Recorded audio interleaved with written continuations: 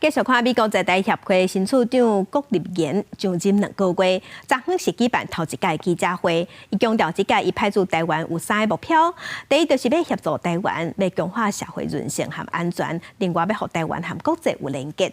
针对美国对台军售即马有拖慢的问题，伊是表示，美国会把台湾列做大型供应武器的名单内底。伊嘛真欢喜看到台湾加入美国军火供应链，双方会当合作做伙生产武器。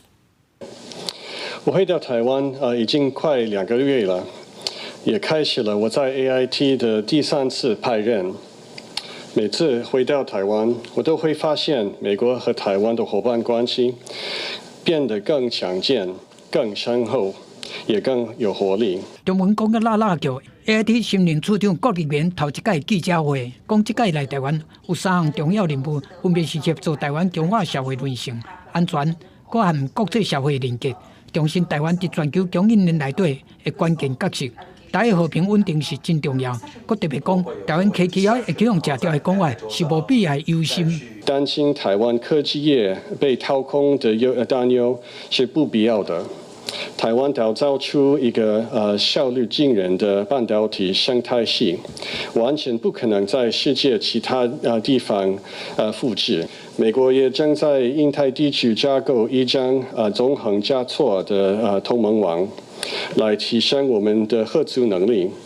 台湾并不是中国以恐吓和胁迫改变现状的唯一目标。One thing I can say very clearly is Taiwan's defense needs is very top of our priority list. 郭立言讲，台湾的防卫需求对美国来讲是排伫头前，对台湾的军事问题也继续拍拼。 佮表达真欢喜台湾加入美国的军火供应链，双方做伙来生产武器。因为各界关心，赖清德总统头一届去友邦访问，敢会过境美国？另外，政治前身的民众党主席郭文定，敢是有定9月要去美国？